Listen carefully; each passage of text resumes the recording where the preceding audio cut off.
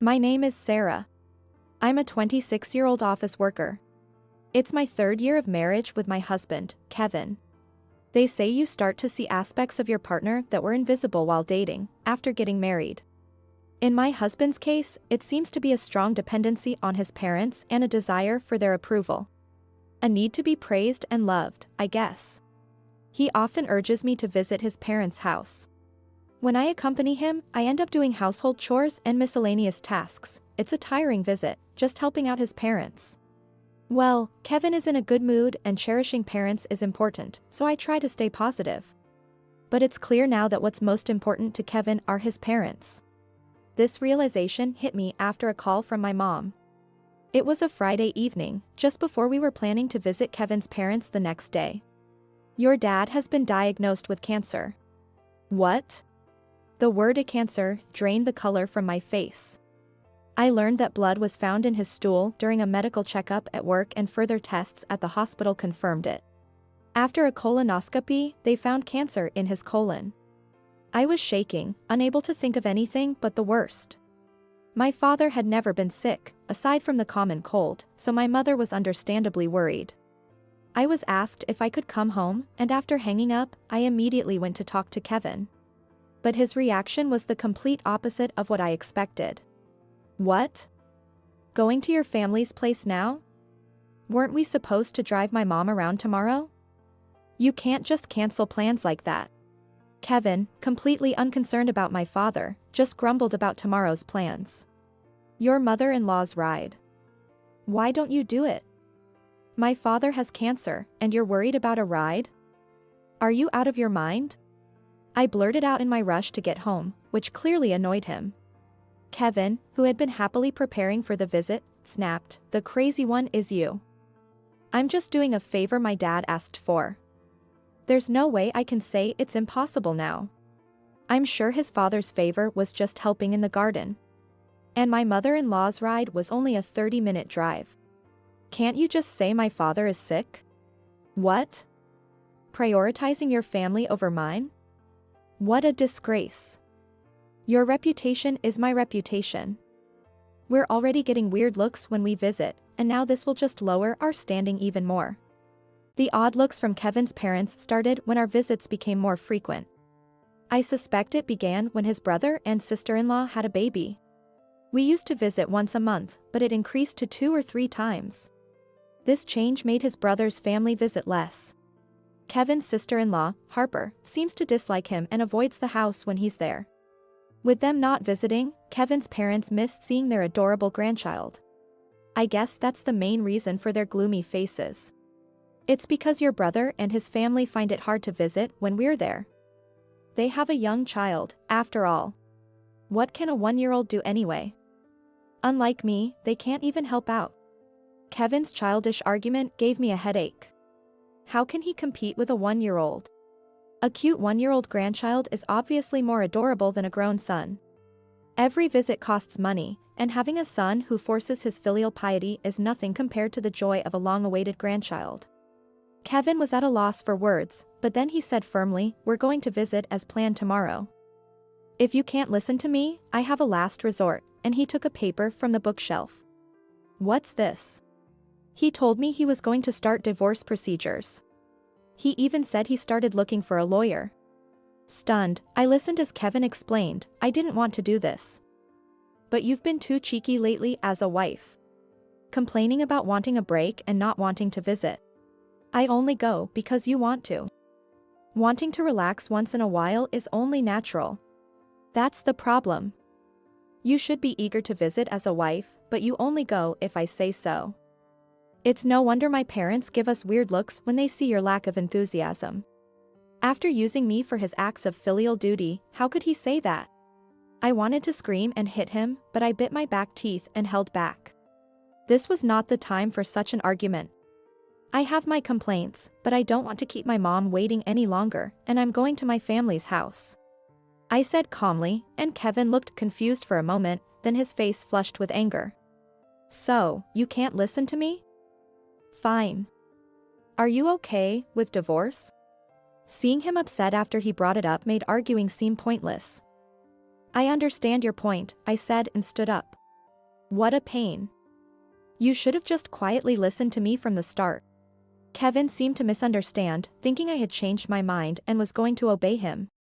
He smirked in satisfaction as he cursed. I returned to my room and called my mom.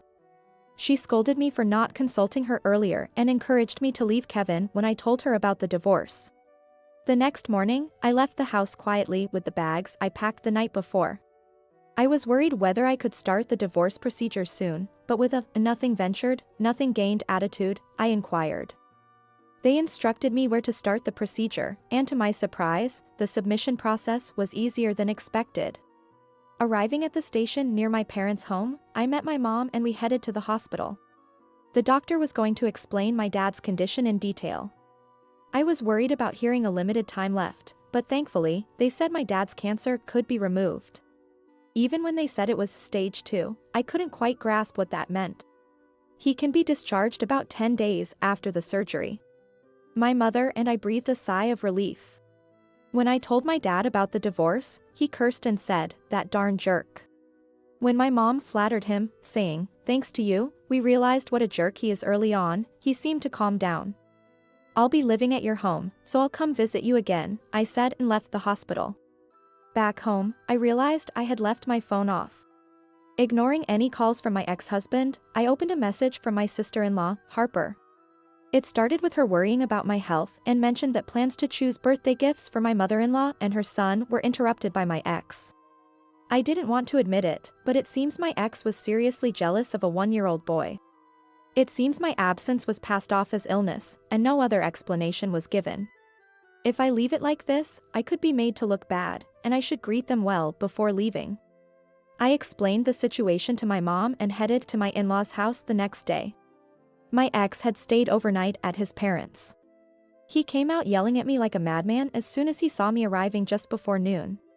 "Sarah, where have you been wandering off without answering your phone?" Just like I said, I went back to my family's house. "By the way, I'm supposed to be sick at home, aren't I? Is it okay to be yelling like this?"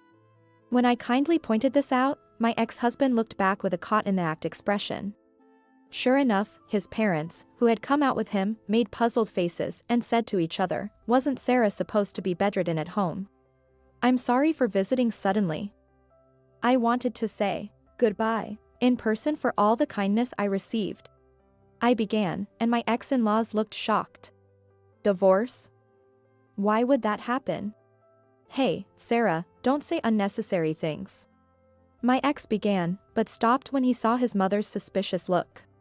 "The truth is, my dad was diagnosed with cancer, and I asked to go back to my family. But he yelled at me for wanting to cancel the plans to drive you, and threatened me with a divorce."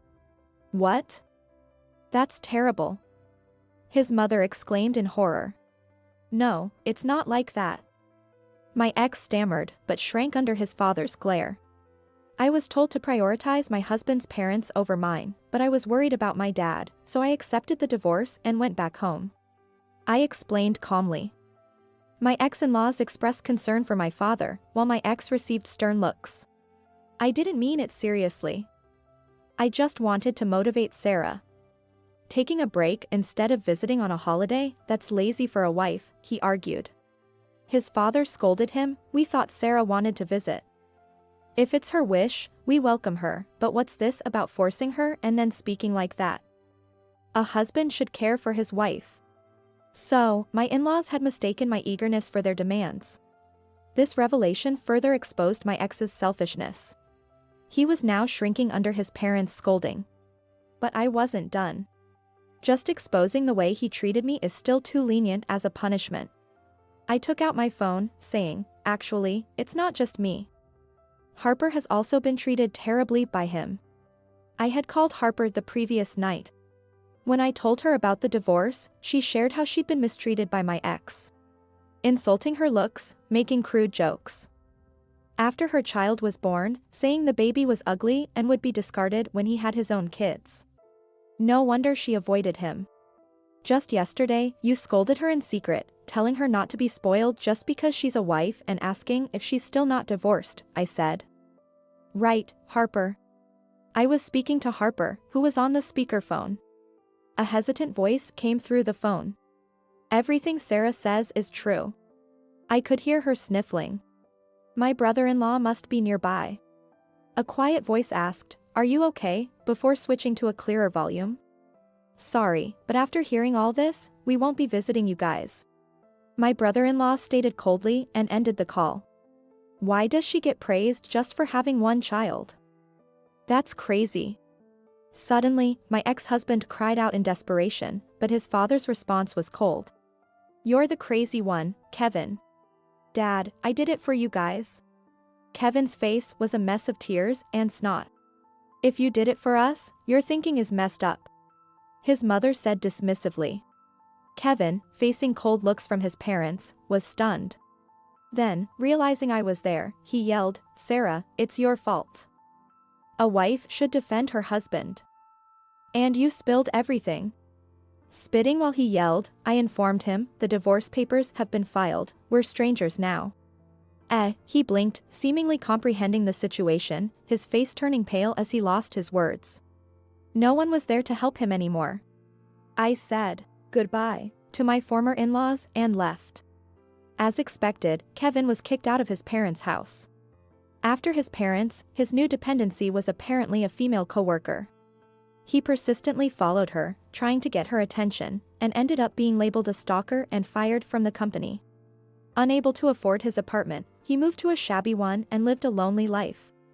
Harper, who was my source, regularly updated me and seemed to enjoy sharing the news.